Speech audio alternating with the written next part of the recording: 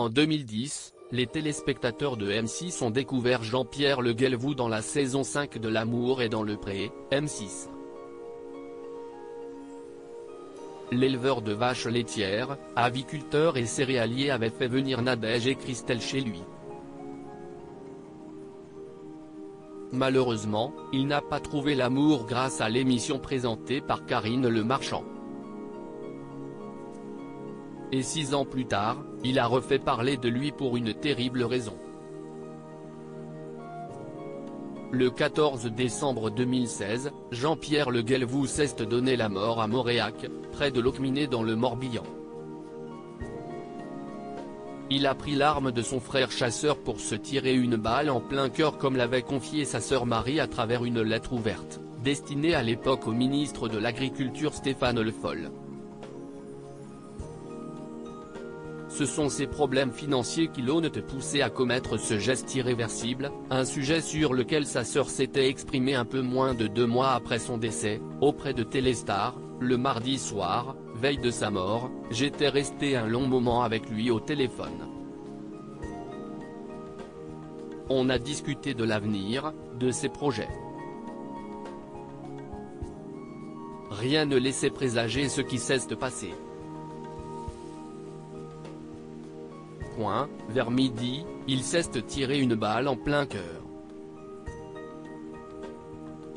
Siesti André, frère aîné de Jean-Pierre, les deux hommes travaillaient ensemble dans l'exploitation, note de la rédaction, qu'il a trouvée vers 18h30. Il avait laissé une note, « Aujourd'hui, le désespoir est supérieur à l'espoir. Les vaches m'ont tué.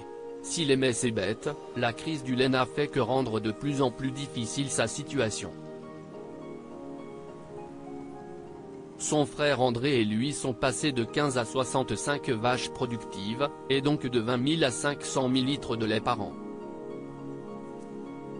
Mais en 2015, la suppression des quotas laitiers a fait chuter les cours, le lait, c'était 80% de leurs revenus.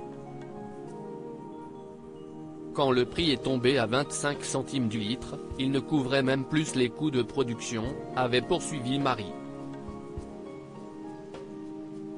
Jean-Pierre Le Guelvoux a donc fini par faire un burn-out. 2 jours avant de se suicider, il est allé voir le médecin car cela faisait 1 mois qu'il ne dormait plus. Il était sujet à des crises d'angoisse, puis prenait des anxiolytiques et des somnifères. En 2017, Marie Le Guelvoux s'est de nouveau exprimée, mais auprès de nos confrères du Télégramme cette fois. L'occasion de préciser que la situation financière de Jean-Pierre et André était difficile, mais pas catastrophique. Mon frère avait même un autre projet. Il voulait notamment passer sur de l'élevage de volailles bio. Il en avait parlé à sa banque, elle n'avait pas suivi. Ça a été le coup de grâce, a-t-elle précisé.